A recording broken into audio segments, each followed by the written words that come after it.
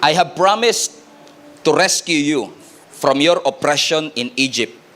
I will lead you to a land flowing with milk and honey, the land where the Canaanites, Hittites, Amorites, Perizzites, Hivites, stalactites, mosquito bites, parasites, and Jebusites now live. I'm just teasing you.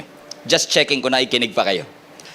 Ang sabi ng Panginoon mismo sa nation of Israel, ipinangako ko po na i-rescue kayo sa oppression ng Egypt, and I will lead you to a land flowing with milk and honey, the land where the Jebusites now live. I want to talk to you about on this subject, empty promises. Empty promises. Ayoko nang pagtasin kayo ng kamay, pero naniniwala po ako na meron pong tao dito na pinangakuan kayo one time at napako ang kanilang pangako. Correct? Sige nga, taas nga ng kamay, pinataas pa rin pala. Taas nga po ang kamay na lahat ng pinangakuan, umasa kayo, pero hindi nila tinupad ang kanilang ipinangako. Si ate sa likod, talaga taas sa taas siya ako. Okay. Pero parang konti lang ha, 50% lang. Maganda to. Pero ang mas magandang tanong, sino po sa inyo ang dati nang nakapangako, pero yung pinangako nyo, hindi nyo rin natupad? Taas kamay. O mas marami. Amen. Bakit to, mga kapatid? This is a great reminder for every one of us na kapag tayo ang nangako, hindi mo pwede talagang ilagay ang iyong 100% confidence kasi meron at merong pagkakataon na hindi po tayo makakatupad sa mga pangakong ating binitawan. I've been living in this world long enough para ma-realize ko po, mga kapatid, mahirap makasurvive dito sa buhay na ito. Mahirap ang buhay, nakakatakot ang buhay, pero mas nakakatakot mabuhay kapag hindi mo kasama ang ating Panginoon. Yung Panginoon mismo na nangako sa ating sa pamamagitan ng kanyang kapangyarihan at sa tulong ng kanyang presensya, makakalakad tayo sa katagumpayang pinagbayaran ng ating Panginoon para sa bawat isa sa atin. Hindi po namatay si Jesus for no reason. He died so that each and every one of us will be healed, redeemed, and each and every one of us will be forgiven. Gusto ng Lord na ang bawat isa sa atin ay mamuhay ng may katagumpayan at mamuhay ng mayroong kalayaan. Kapag kasama natin ang Panginoon at sa tulong ng presensya ng Diyos, yung ipinangako sa nation of Israel na sila'y dadalhin sa land flowing with milk and honey. Or for that matter, pwede nating i-contextualize na dadalhin tayo ng Panginoon sa better land because when you study the scripture about the Israelites getting out of Egypt papunta ng promised land, it is actually a picture of our spiritual journey. Galing po tayo sa pagkaalipin ng kasalanan, pero dahil sa ating Panginoong Yesus tayo ay nakaranas ng kalayaan. At ang pinangako ng ating Panginoon ay hindi lang tayo basta mag-exist sa mundong ito, hindi lang tayo humigop ng oxygen, kundi ang bawat isa sa atin will live a life of purpose. Not just existing, but a life of purpose and a life of victory.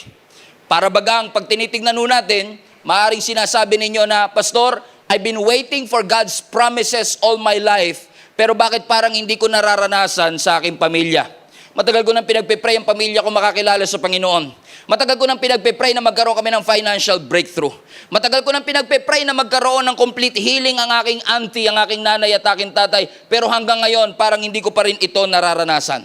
And napansin nyo ba, the longer that you wait for God's promise, the more you are convinced na para bagang hindi natutuparin ng Panginoon ang kanyang pangako. Na kapag tayo ay dumadaan sa mga pagsubok ng ating buhay, we would rather escape than endure.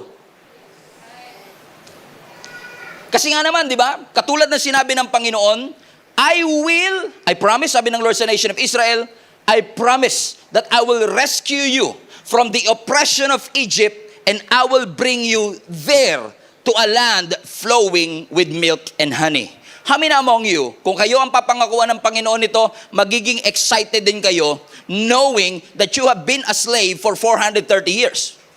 Kung ikaw ay alipin for 430 years at pinangakuan ka ng Panginoon na i-rescue ka niya sa oppression ng iyong mga oppressor, matutuwa ka siguro. At ma-excite ka rin sa mga pangakong ito ng ating Panginoon. Pero, napansin niyo ba mga kapatid, that in order for us to get there, we have to endure what's happening here. Kasi minsan excited tayo to get there, so that we could escape here. Para bagal lumalabas, masyado maganda ang pangako ng Panginoon, but my life here on earth is still miserable. Now, I rebuke that mindset. Naniniwala ako mga kapatid na yes, may ipinangako ang Panginoon sa atin on the other side of this problem. There we can find redemption, there we can find peace, there we can find joy. But here, you don't have to live a miserable life. With Jesus, you can live a joyful, peaceful, worry, anxious-free life. Kapag kasama natin ang ating Panginoon, tamo, hindi na kayo excited mga kapatid. Bakit? Kung ano man yung there na pinangako ng Panginoon, I'm excited to receive that. But while I'm here, I will keep on believing that what He has prepared for me is able to help me to get through what I'm going through right now. Katulad ng nation of Israel, si Moses ang naglabas sa kanila from Egypt, pero dahil na-delay sila ng 40 years, namatay na si Moses at kailangan magpalit ng liderato at si Moses pinalitan ni Joshua. So si Moses ang naglabas from Egypt, pero si Joshua ang nagpasok sa Promised Land. Kaya nga nung si Joshua na ang pumalit sa leadership, nagkaroon siya ng takot. Pero ang sabi ng Panginoon sa kanya, don't be discouraged, don't be afraid.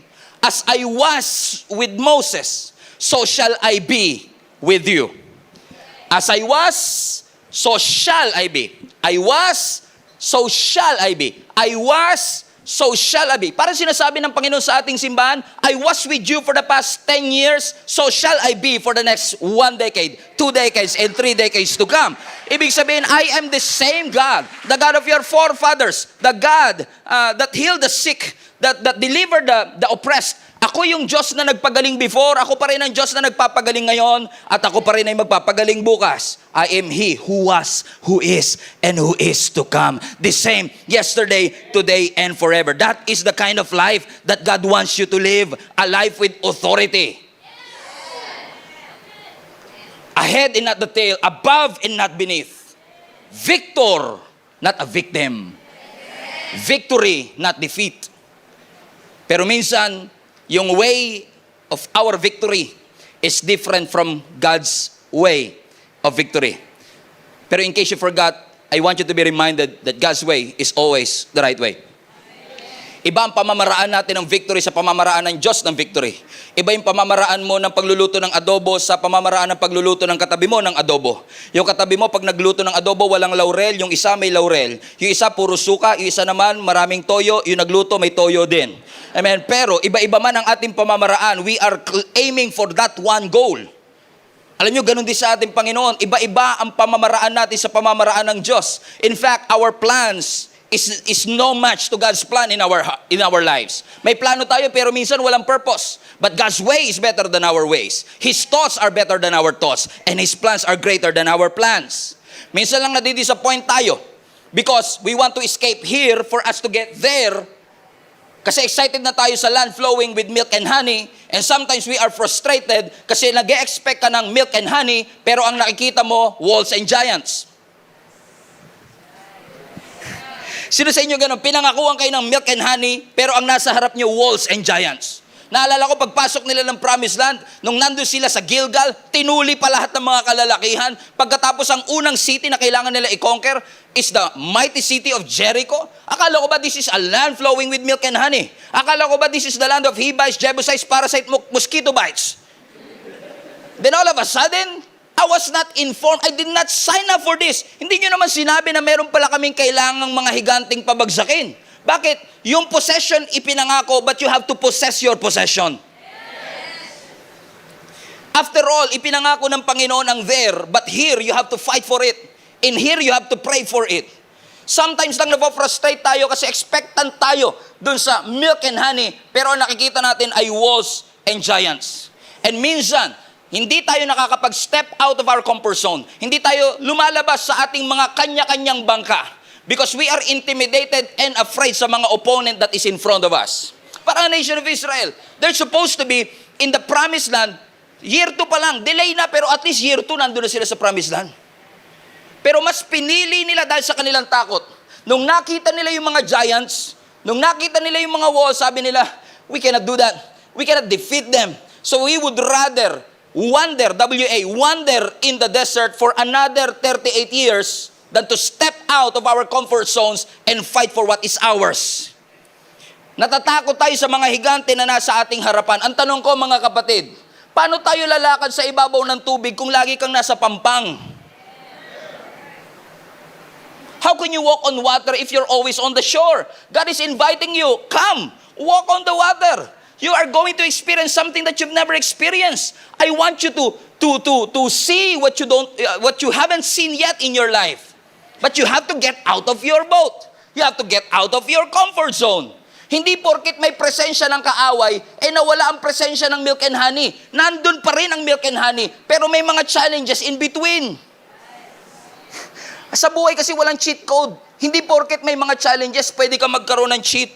Up, up, down, down, A, B, A, B. Bigla mo malalagpasan. Nung gino kayo sa 9 AM, wala nakagets eh.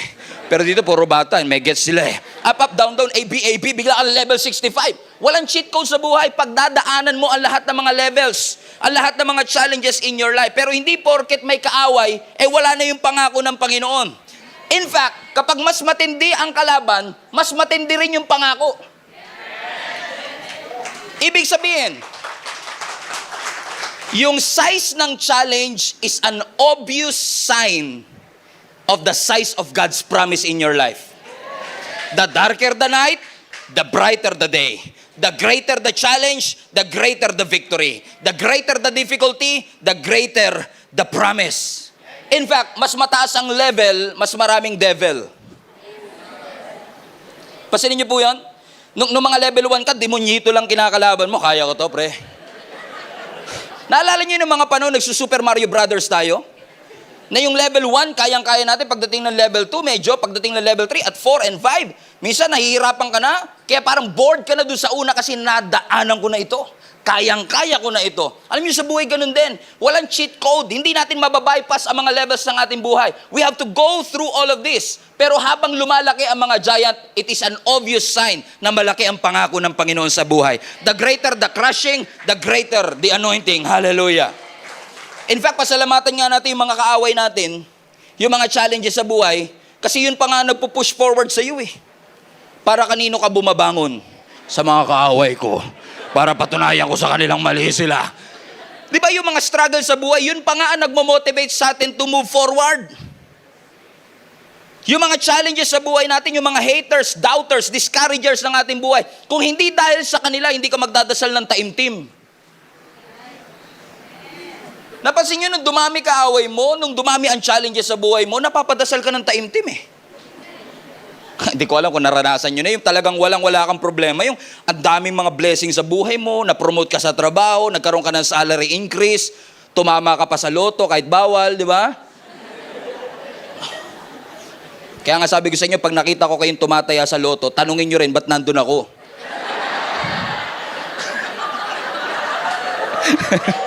Nagkita tayo eh. Kidding aside, pansinin nyo kapag may mga challenges, magiging time-team ka, pero pag punong-puno ng promotion, yung bank account mo, hindi nawawala ng mga blessing, di ba? Yung darating na yung susunod na sweldo mo, hindi pa nauubos yung pera mo. Ang sarap ng ganung pakaramdam, pre. Di ba? Ang sarap ng ganung pakaramdam. Pero ano ang usual nating ginagawa pag nangyayari yun? Thank you, Lord. Napakabuti mo po sa aking buhay, karapat dapat kang parangalan. Worthy is your name, Jesus. Pero kapag may challenge, kulang na lang, dumapa ka eh. Lord, hirap na po ako sa buhay. Pansinin nyo, kapag may challenge, mas nagiging time-team at intimate ka sa Panginoon. Pasalamatan na rin natin ang Panginoon. Kung hindi dahil sa problema, hindi ka tatawag. Kung hindi dahil sa challenge, hindi ka pa makakaalala kay Lord. Kung hindi ka nagkaroon ng problema, hindi ka pa makakapagsimba. Hindi kayo ito, taga-ibang church lang po ito. Amen? So pasalamatan natin ang mga challenges sa ating buhay. Salamat, nilait mo ko, nakita ko yung halaga ko. Salamat, minaliit mo ko, nakita ko ang kalakihan ng Diyos sa aking buhay.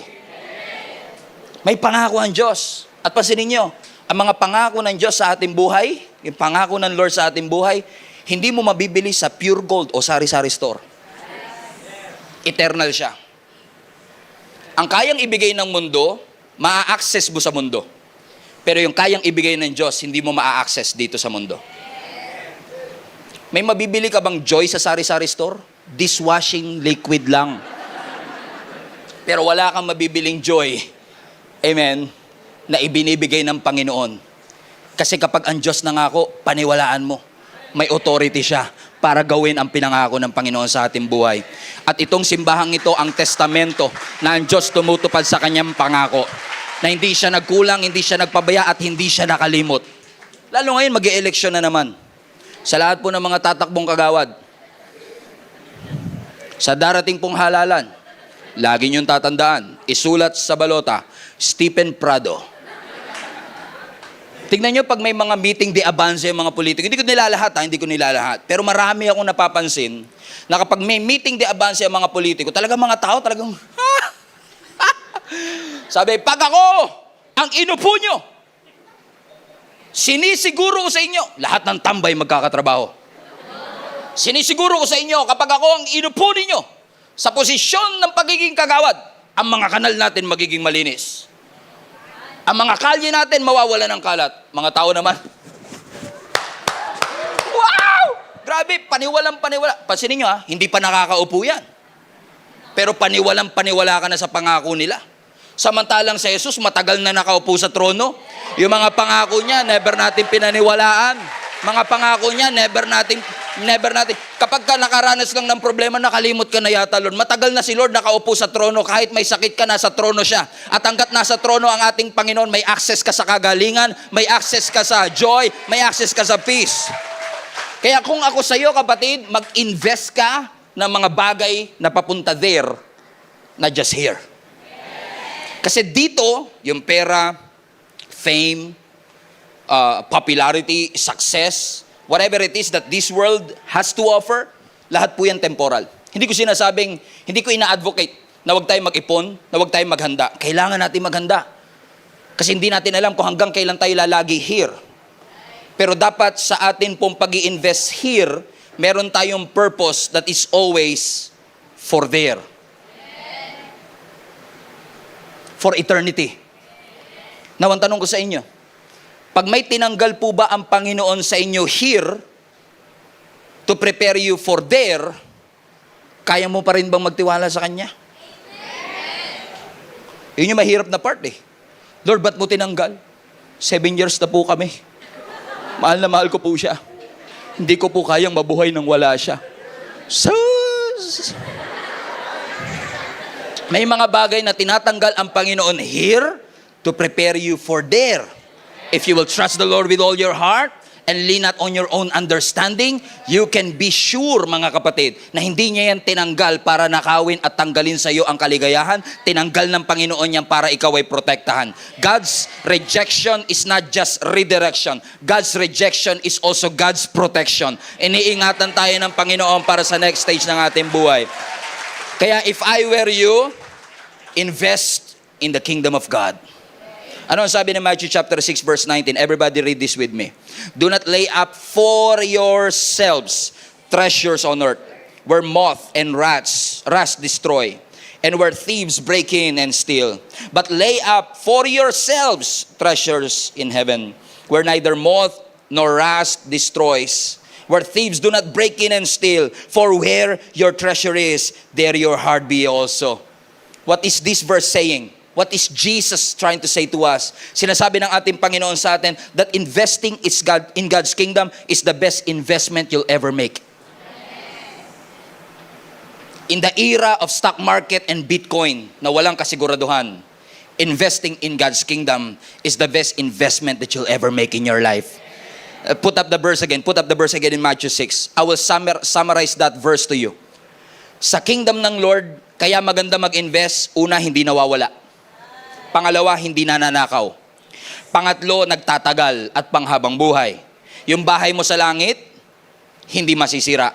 Ang city na future na binibuild ng Panginoon, merong unshakable foundation. Yung kingdom ng Lord, it will never fade. It will never end. Merong incorruptible inheritance ang lahat ng mananampalataya. Kaya kung ang buhay lang natin ay para sa pagtatrabaho, para sa trophy, para sa medalya, para sa certificate, good grades, pera, sasakyan, hindi po masama ang lahat ng bagay na yan. Pero kung sa process ng pagkuha natin ng lahat ng ito, makalimutan natin ang ating identity na tayo ay sons and daughters of God, it's not worth it. It's not worth it. Huwag mo ipagpapalit ang gusto ng Panginoon sa'yo sa gusto mo lang ngayon. May magandang bagay na inilaan ng Panginoon sa bawat isa sa atin. Nasabi mismo ng greatest leader of all time, Jesus Christ, what good is it that you gain the whole world? What do you benefit if you gain the whole world but lose your own soul? Is anything worth more than your soul? In essence, parang sinasabi ng ating Panginoong Yesus, hindi masama ang yaman. Kailangan natin yan dito sa buhay. Hindi masamang mag-invest, hindi masamang magplano, pero tatandaan natin, hindi natin siya madadala. Pag iniwan mo nga, pinag-aawayan pa. Pero kapag nag-invest ka sa kingdom ng Lord, kahit buhay ka pa, may advance payment. Nag-i-invest ka na ngayon pa lang. Malungkot na kayo, pasiyahin ko kayo ng konti. Yung pagpunta nyo ngayon sa church, kahit pilit na pilit pa, is actually an investment for your eternity. Kaya nga yung mga nag-invite sa inyo, willing na ilibre kayo. Kasi yung libre na yon, kinabahan yung mga nag-invite, Pastor, wala akong pinangakong ganyan ha. Huwag mo akong ilagay sa kapahamakan. Kaya nga, yung mga nag-invite sa inyo, willing silang ilibre kayo kasi yung papakainin nila kayo mamaya, pag nabusog ka, tapos na yon. Pero yung nakuha mo sa meeting na ito, yung tinuro ng Lord sa iyo ngayon, yung presensya ng Diyos na naranasan mo, that will last. Itong event na to matatapos after 2 hours. Pero yung epekto ng ating celebration today will last for eternity. Yung iba sa inyo, after 3 years, maaalala nyo pa rin yung very same moment kung saan kayo nakaupo, kung paano kayo kinausap ng Lord, at paano kinonfirm ng Lord ang kanyang pagtawag. He's the one who ordered our step. He's the only one capable to stop it and say, anak, that's a wrong choice. Kapag tinanggal ng Panginoon, wag mo na ipilit. After all, pag di na pa sa'yo, hindi ka nawalan. Kasi hindi talaga para sa'yo yun. Nalulungkot lang ako sa ibang mga taga 3 p.m. service. Kasi nung sinara ng Lord yung pintuan, nakatayo pa rin sila, Lord, kailan mo bubuksan? Kapag sinara na ng Lord, wag mong piliting buksan. Nagtataka ako, yung sarado, pinipilit yung buksan. Yung bukas, ayaw yung pasukan. May binuksan na ang Lord ng mga bagong pintuan, bagong opportunity. You only have to step out of it and conquer your fear. Step out of your comfort zone. Never neglect ang mga open doors, mga doors na naghahatid ng pagpapala sa buhay mo. Kasi kailangan mong pasalamatan ng Lord, hindi lang sa mga saradong pintuan, maging sa mga pintuang bukas na nilalagpas-lagpasan lang natin. Ilan ang pintuan nyo sa bahay? May kanina may sumagot, isa. Talaga? Isa lang? Paano kaya yun? Wala silang pintuan ng CR, wala silang... Natauhan din siya eh. So siguro yung iba sa inyo may pintuan sa harap ng bahay. May pintuan sa likod ng bahay papunta sa swimming pool. Sana all. May pintuan sa kwarto. May pintuan sa kusina. Ang dami. Siguro 4 o 6 na pintuan. Pero malamang marami sa inyo, hindi nyo nabilang yung pintuan ng cabinet. Hindi nyo nabilang yung pintuan ng refrigerator. Pag binubuksan ng refrigerator, nabubusog ka. Pero nilalagpasan-lagpasan lang natin mga open door na naghahatid sa atin ng pagpapala. Mas grateful lang tayo dun sa mga pintuang nakasanayan natin. Pero maraming pintuang binubuksan ng Lord. Hindi ka makakapagbihis pag di mo binuksan ng cabinet. Hindi ka makakakain pag di mo binuksan ng refrigerator. But those doors, underappreciated, but God is using to bring the blessing to you. And we should be grateful to God for that. Hindi yan masusuklian ng kahit ano pa man. Gawa ng Diyos ito. Kalooban ng Panginoon at gusto at nais ng Panginoon na kung tayo man ay maglalaan ng ating panahon, maganda ito. Maganda maglaan ng trabaho, ng para sa trabaho, pero yung para sa pamilya mas mahalaga. Yun yung mga bagay that will last. Yung memories, yung pera mawawala, yung memories habang buhay na nandito is invest more on those things that have eternal value and continue to believe the promises of God in your life. Minsan yung gusto mo at saka yung gusto ng Lord hindi magkasundo. In fact, napansin ko to sa maraming Christians, lalo sa mga 3 p.m. service. Napansin ko ito sa maraming Christians nowadays, na akala nila, porket pangarap nila, kalooban na ni Lord. Hindi porket ginol natin at pinangarap natin, Yun ang iniloob ng Panginoon sa atin. Sabi mo sa katabi, parang papunta si pastor sa'yo, ingat ka. Masasapul ka dyan. Because what we want and what is right is not always the same. Minsan may kumausap sa akin, after 3 years of settling for less and doing a wrong choice, sabi niya, pastor, nagkamali ako ng pagpili. Pinagpalit ko ang gusto ng Panginoon sa gusto ko lang mangyari. Alam mo, pastor, na-realize ko, nung ako'y nasa maling landas, kinukumbinsi ko ang sarili kong masaya ako. Kinukumbinsi ko ang sarili ko na tama ang naging desisyon ko. Sabi ko sa kanya, alam mo kapatid, pag nasa tamang choice ka, hindi mo na kailangan kumbinsin ang sarili mong masaya ka. Kasi sa tamang choice, laging mayroong joy, laging mayroong peace. You're going to be happy. You're going to experience peace. Kaya nga po, ang sabi ng writer ng Hebrews, mag-ingat kayo sa tinatawag nilang Esau syndrome. Watch out for the Esau syndrome. How many among you are familiar with that name, Esau? Si Esau, pinagpalit niya yung kanyang birthright para sa lugaw, tokwat, baboy. Remember that story? Gutom na gutom siya. Nagluluto yung kanyang kapatid ng lugaw. Sabi niya, ibenta, bigay mo sa akin yung lugaw. I'm gonna die, mamamatay na ako sa gutom. Which is not true, by the way. Pero he's so desperate, pinagpalit niya yung kanyang blessing and birthright para sa lugaw and stew. Sabi ng writer ng Hebrews, ingat kayo sa ganyan. Yung pinagpapalit nyo, yung God's lifelong gift in exchange for your short-term appetite. We all know na si Esau, pinagsisiyan niya ang kanyang impulsive act at ginusto niya yung blessing na ibinigay niya in the first place. Pero huli na ang lahat. Magandang paalala para sa bawat isa sa atin, lagi po tayong may dalawang pagpili. We always have 2 choices. Life or death. Curse or blessing. Eternal, temporal, ultimate, or immediate. You can live a worried life, but you don't have to. You can live an anxious life, but you don't have to. You can die with sickness, but you don't have to. God will never say something that He will not deliver. Kapag ipinangako ng Panginoon that I'm the God that healeth thee, and you believe it, you make it personal in your life, by the grace of God, naniniwala tayo. Kayang i-perform ng ating Panginoon. All you have to do is make the promises of God personal in your life. Make it personal. My faith can move mountains. Make it personal, kapatid. The path of the righteous gets brighter and brighter. Make it personal in your life. God is the one who can deliver me. God is the one who can protect me. Talk about more on the promise than the problem. Talk about more on the promise than the Goliaths in your life. And believe that what He said in His word, He shall fulfill. Question. Kapag ba binigay ng Panginoon sa iyo, kahit parang ayaw mo, magtitiwala ka ba na ginawa to at inalaw ng Panginoon to para sa iyong kapakinabangan? Amen, Pastor. I agree. Ang tawag ko dito, may tinatawag akong a la carte Christianity. Yung parang pag nasa Jollibee ka, pipili ka ng gusto mo. Soup, chicken joy, burger steak, siomai. Sa Jollibee, may siomai na sila. Ang pinakamasayang bubuyog sa buong Pilipinas, di ba? I call it a la carte Christianity na minsan tayo, pag binuksan natin ang Word of God, gusto natin a la carte lang. Oy, I want this verse. I want this promise. Lord, I believe in this promise. Lord, I will follow this. Pray always. I follow this. Love your enemy. Lord, ex mo na to. Kalasin mo na to. Lord, punitin na natin to. Hindi natin to gusto. Ang tawag ko dyan, a la carte Christianity. Susundin lang natin yung gusto nating sundin.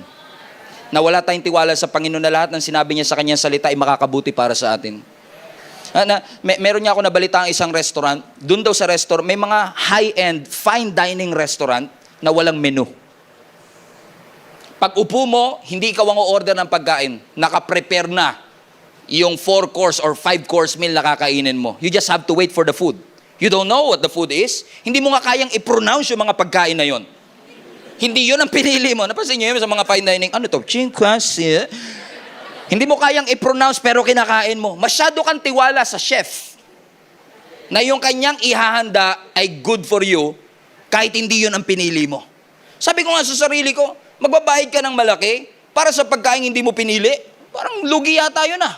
Pero masyadong mataas ang tiwala nila na ang chef na ito ay reliable, na hindi ito nagluluto, na hindi pasok sa iyong panlasa. That every time mag-o-offer siya ng something, it is for your good. Pinabuti, pinaghandaan, hinanda specifically para sa iyo. Kung may tiwala tayo sa chef, nauupo na lang tayo at mag-aantay na lang tayo kung ano ihahain kakainin natin. But hindi natin kayang magtiwala sa ating Panginoon na kung ano man ang ilaalaw niyang mga challenges in our life, ay alam niyang para sa ating ikabubuti. We should trust God more kesa sa mga in-offer ng mundong ito. Trust the Lord with all your heart and lean not on your own understanding. At kapag pinangako ng Panginoon, kapatid, I tell you this, you are a product of a promise. In fact, I can be bold to say this, kahit ako man, alam ko, produkto ako ng panalangin ng ibang tao na nauna sa akin. Ikaw din, produkto ka ng ibang taong nanalangin, na matagal ka na nilang ini-invite sa church, Lord, kailan ba, siya na ba? And finally, you are here. You are an answer to somebody else's prayer. You are a miracle. Sabi mo nga sa katabi mo, milagro ka. Pinili ka, hindi ka pinagpilian. Amen? Amen? It is good. A land flowing with milk and honey. That God is going to prepare you from here to there.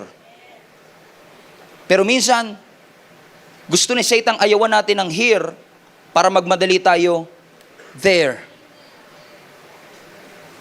Kaya nyo mga kapatid, nakakalungkot man sabihin, pero marami talaga pong mga Christians sa katulad natin ang nadaya ng kaaway. Mas pinili nila yung pangako ng mundo kesa sa pangako ng Panginoon. Naalala nyo last Sunday sa pinag-aralan natin? Naalala nyo pa po ba yung message natin last Sunday? Sino yung nang-abandona kay Apostle Paul? Pinili niya yung mundo kesa sa misyon at pagtawag ng Panginoon sa kanya. Si Demas. Naalala nyo si Demas? Di ba? Pinili niya ang mundo kesa sa mga bagay na para sa Panginoon. Bakit natin ipagpapalit? Sabi ko nga lagi, minsan hindi mo rin masisisi ang mga dinaya at naloko kasi hindi naman nila alam na naloko sila at dinaya sila. Kasi kung alam mong dinaya ka, hindi nadaya yun.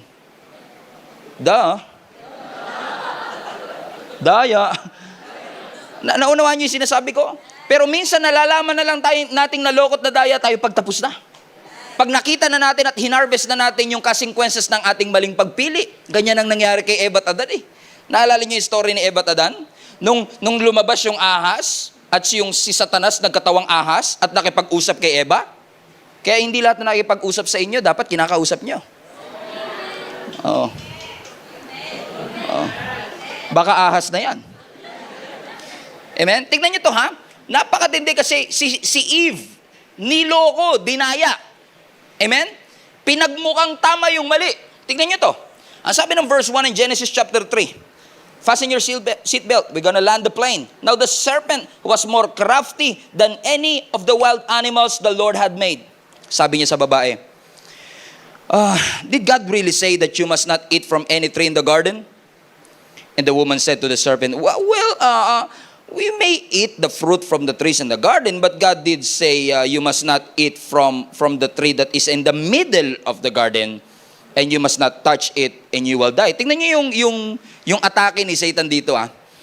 Isa sa mga instruction ng Panginoon, nung nilikha ng Lord si Adam and Eve, nilagay sila sa Garden of Eden, at binigyan sila ng Lord ng provision, food to eat. So, nag-create ang Lord ng mga trees dun sa garden, na sabi ng maraming Bible scholars, sa Garden of Eden, merong at least 8,000 kinds of trees in the Garden of Eden alone. Ang daming binigay, pero sabi ng Lord, ang daming yung pwedeng kainin, pero itong puno na ito, huwag niyong gagalawin. Huwag niyong kakainin, or else you will die. Pero napansin niyo kung ano yung, ang dami namang option, pero kung ano yung bawal, yun talaga yung parang gustong-gusto natin, Parang laging dinadivert ni Satan yung ating atensyon dun sa pinagbawal kesa sa pinahintulot. Kaya tuloy, pag lagi ka nakafocus sa bawal kesa sa pinahintulot, parang lumalabas tuloy na si Lord madamot. Parang lumalabas tuloy na si Lord may wini-withhold sa atin. Kaya si Satan biglang pumasok. Kinausap niya Itong si Eva, sabi niya, did God really say? Ahas nga eh. Did God really say na hindi nyo? Tingnan nyo ha, sinabi ba talaga ng Diyos na bawal nyong kainin ang bunga ng mga punong ito? Mali yung tanong eh. Kasi ang sinasabi ni Satan, bawal ba talagang kainin? Deception yan. Ano sabi ni Eva? Di naman. Shadow ka naman. Di naman. Sinabi ng Lord, pwede namin kainin ng lahat maliban dito sa isa. Bawal namin hawakan, bawal namin kainin, or else we will die. Tignan nyo ang sagot ng kaaway. Verse 4. No. You will not certainly die. Hindi ka mamamatay.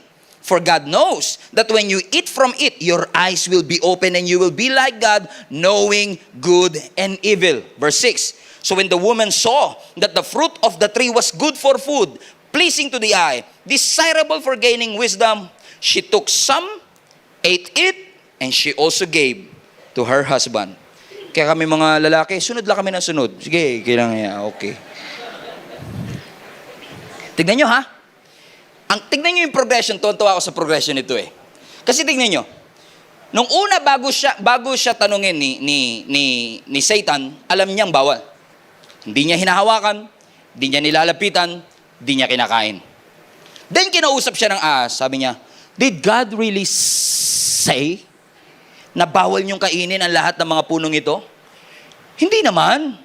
Inalaw naman ng Lord ang lahat, wag lang dito sa isang to. Kasi mamamatay daw kami. Hindi totoo yan. Hindi ka mamamatay. Takot lang ang Diyos kasi magiging parang kawangis ka niya. Alam mo ang kahulugan ng tama't mali. Then all of a sudden, tignan niyo yung verse 6, show up on the screen. Bigla nagbago at nag-shift. Sa verse 6, ang sabi, when the woman saw that the fruit was good, pleasing to the eyes. Now, tignan niyo ha, nung una, ayaw niya. Nung una, alam niyang mali. Pero dahil nakapag-usap siya kay Satanas, nabago yung perspective niya. It only takes one conversation to change her perspective.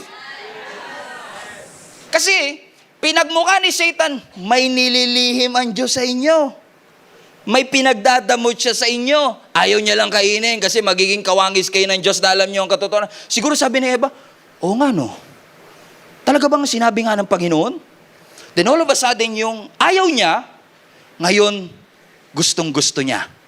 What happened in between? What happened in between? You know, one thing that I think what happened in between is this. Ipinakita ni Satan kay Eva, ito yung nawawala mo pag di mo yung kinain. Magiging kawangis ka ng Diyos. Alam mo ang katotohanan ng tama't mali. Parang sinasabi ni Satan, kainin mo na yan. So parang in-emphasize ni Satan, you have the choice to eat that here. Pero hindi in-emphasize ni Satan yung implication ng decision niya here, there. Na kapag kinain niya itong bunga ng kaalaman ng tama't mali, magkakaroon sila ng spiritual separation sa ating Panginoon. Para bagang sinasabi ni Satan, gawin mo na. Okay lang yan. The enemy made her realize that here is good.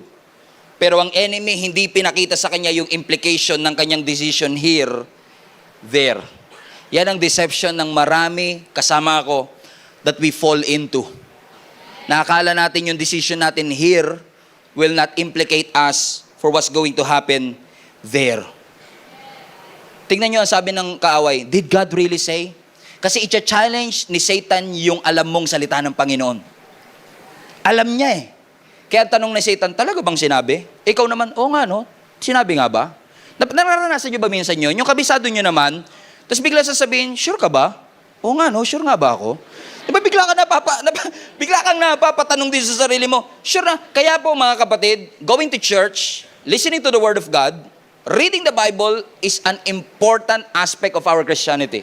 You know why? Because by reading the Word of God, nalalaman mo kung ano yung tama at mali. Nalalaman mo kung anong kalooban ng Diyos at hindi kalooban ng Diyos. Huwag lang po kayo mag-rely sa sinasabi ni Pastor Stephen o sinasabi ng kahit sinong preacher. Mag-rely kayo rito, kami nagkakamali, pero ito po ang ating tanggulan. Ito po ang basihan ng ating mga pananampalataya. Because if you are not in the Word of God, yung pera mas matimbang kaysa pagtawag. Yung pangarap mas matimbang kaysa sa purpose. Yung kasalanan mas matimbang kaysa sa freedom na ino-offer ng ating Panginoon. Always choose Jesus. Kasi ang mga pangako ni Satanas, empty. Pero ang pangako ng Diyos, full. Amen? Palapakan natin ang ating Panginoon.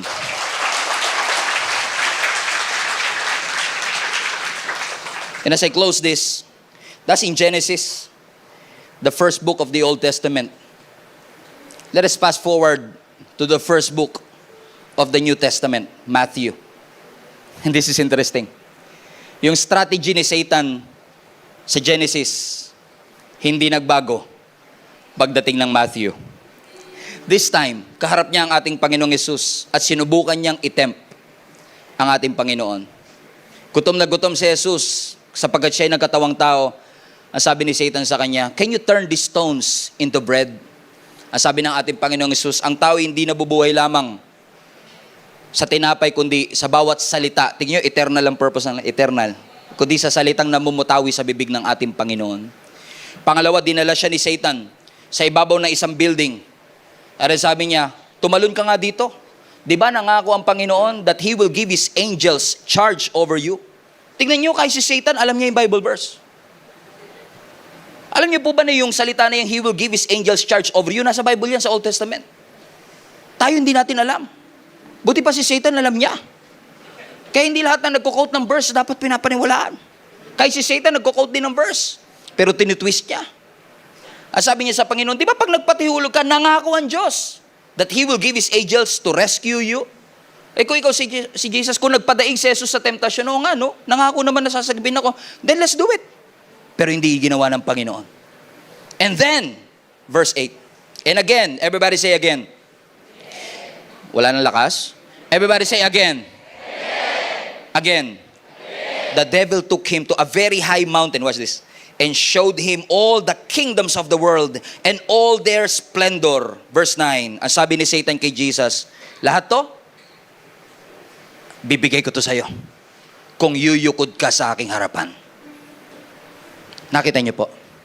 Hindi niyo nakita. Ulitin natin. Si Satan, dinala si Jesus sa ibabaw ng bundok. Ipinakita lahat ng yaman ng mundo with all its splendor. Ang sabi ni Satan, lahat yan, ibibigay ko sa iyo kung ikaw ay yuyukod sa akin. Nakita niyo? Hindi niyo pa rin nakita. Si Satan, dinala ang ating Panginoong Yesus, Pag-Yesus sa bundok. Pinakita lahat ng yaman ng mundo. Sabi ni Satan, ibibigay ko ang lahat ng yan sa iyo. How dare he? Ibibigay niya kay Jesus yung yaman ng mundo. Anong authority niya para ibigay yung bagay na hindi naman kanya? At sa Panginoon naman talaga in the first place? Anong sinasabi ko sa inyo mga kapatid? Di ba nangako si Satan, pero yung pangako niya empty. Wala siyang authority i-fulfill at ibigay yun. Puro pangako, puro mabubulaklak na salita, pero hindi yun ang tunay na pangako ng Panginoon sa atin. Ano, pag yumuko daw sa'yo, ibibigay mo, akin to eh. Ano problema mo? Kaya ang ating Panginoong Hesus, hindi siya nagpapadaig dito. Bakit mga kapatid? Ang pangako ng tao, ang pangako ng mundo will always come up short. But the promises of God will always exceed our expectation. Amen mga kapatid. Kaya kung si Satan nangangako sa inyo, gawin mo to. Huwag kang magsimba, masasaya buhay mo. Huwag kang lumapit sa Diyos, mas magiging malaya ang pakiramdam ng buhay mo. Anong alam ni Satan sa kalayaan? Ano yung sinasabi niya magiging malaya ka? Hindi siya ang source ng freedom. Kalokohan yun. Si Jesus ang nagbibigay ng kalayaan. Kaya pag pinangakuan ka ni Satanas, kaya kitang bigyan ng joy. Anong kaya mo akong bigyan ng joy? Si Lord lang ang kayang magbigay sa akin ng joy. Hindi ka makakapag-manufacture ng joy. Hindi ka makakapag-manufacture ng happiness. Only God is the source of joy. Kaya mo akong bigyan ng kama, pero hindi mo ko kayang bigyan ng tulog. Kaya mo akong bigyan ng pagkain, pero hindi mo ko kayang bigyan ng appetite. Because food doesn't guarantee appetite. Minsan napakasarap ng pagkain natin, wala tayong gana. Minsan ang ganda ng kama natin, hindi tayo makatulog because only Jesus can give you something that this world cannot give. Believe in the Lord. Walang authority si Satan mangako sa'yo. Don't fall into that trap. And believe in the promises of God in your life. Because this word has an authority to say, I am the God that healeth thee. That when you walk through the valley of the shadow of death, you should not be afraid, for I am with you. When you go through the waters, you will not be drowned. When you go through the fire, you will not be burned. Blessings and mercies shall follow you all the days of your life, and you shall dwell in the house of the Lord forever. If the Lord is your shepherd, you will lack nothing. God is able to do immeasurably above and beyond what you could think or imagine. I am the God who will supply all your needs according to His riches in Christ Jesus, in His glory. Hallelujah. Believe in the promises of God. Hindi sa pandarayan ng kaaway, hindi sa temporal things, sa eternal things. Hindi po ninyo pagsisisihan ang lahat ng bagay na inilaan nyo para sa Diyos. Panginoon, salamat po. Napakabuti mo. Salamat sa napakagandang paalala sa amin na ang mga pangako ng mundo, ang pangako ng kaaway, are all empty promises. But today, God, we are believing for what you said in your word, that all your promises are yes and amen. Yes and amen. Kung kami man ay napaniwala, nadaya. Kung kami man, Panginoon, ay naniwala sa ino-offer ng kaaway, hindi sa sinasabi ng salita ng Diyos, patawarin niyo po kami. And allow us, O God, to always rely on what you've said in your word. Your word is true. Your word is a lamp unto our feet and a light unto our path. We will not settle for fake happiness. We will not settle for fake joy. We will not settle for fake peace, fake success. We will rely on the legitimacy of your word. You are good, and you are good forever. In Jesus' name we pray. Everybody shout, Amen. Palapakan natin ang ating Diyos na buhay, mga kapatid.